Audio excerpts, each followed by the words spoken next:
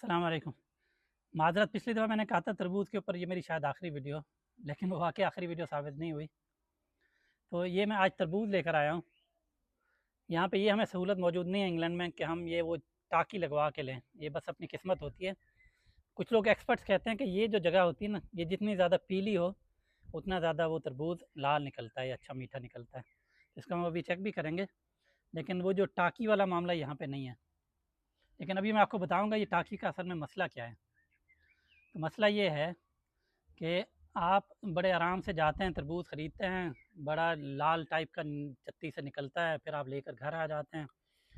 आप घर आके तो बड़ा अच्छा साफ़-सुथरी कोई बर्तन लेते हैं, छुरी को भी धोते हैं, फिर वो तरबूज को धोते भी हैं, फिर उसको काट के खाते हैं। कभी-कभी आपके फिर भी पेट में मसला शुरू हो जाता है या कोई कोई मसले-मसाले आ जाते हैं।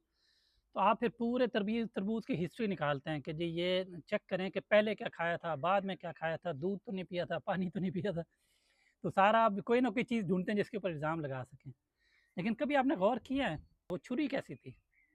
वो छुरी कहाँ पे रखी हुई थी? वो बंदा उसको धोता भी है या नहीं धोता? वो कितनी गंदी है? उसको कहाँ पे वो रखता है? मिट्टी में रखता है, साफ़ जगह पे रखता है? तो ये मसला हो सकता है, शायद उसकी छुरी ख़राब हो बंदे की, वो गंदी हो। तो जो आप तरबूज़ है वो उससे वो टाँकी लगवा के लेंगे तो उसमें जरासीम चले जाते हैं, फिर आप में बाद में आपको मसला होता है। तो ये कोशिश करें कि जो बंदा भी टाँकी लगा के देता है उससे कहें कि छुरी अपनी साफ़ रखा करें, बल्कि कोशिश करें वहाँ पे उससे कहें अभी धो के तो फिर मुझे टाँकी लगा के दो। तो ये बस आपसे बात करनी थी। तरबूज़ को एन्जॉय करें, लेकिन अपनी सेहत का भी ख़्याल रखें।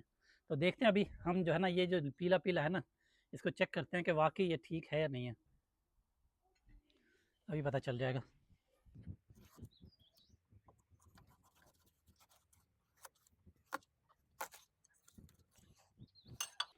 माशाअल्लाह जी, ये देखें सही लाल निकला है, तो अंदाज़ा हमारा ठीक था। लेकिन मैंने देखें ये मैंने प्लेट साफ़-सुथरी प्लेट थी, साफ़-सुथरी छुरी लेकर आया, ऐसे रख के फिर मैंने इसको काटा है। तो हम कितनी एहतियात करते हैं, लेकिन वो जो छुरी बंदे के पास होती है ना, वो कितनी गंदी होती है आपको कोई अंदाज़ा भी नहीं होता।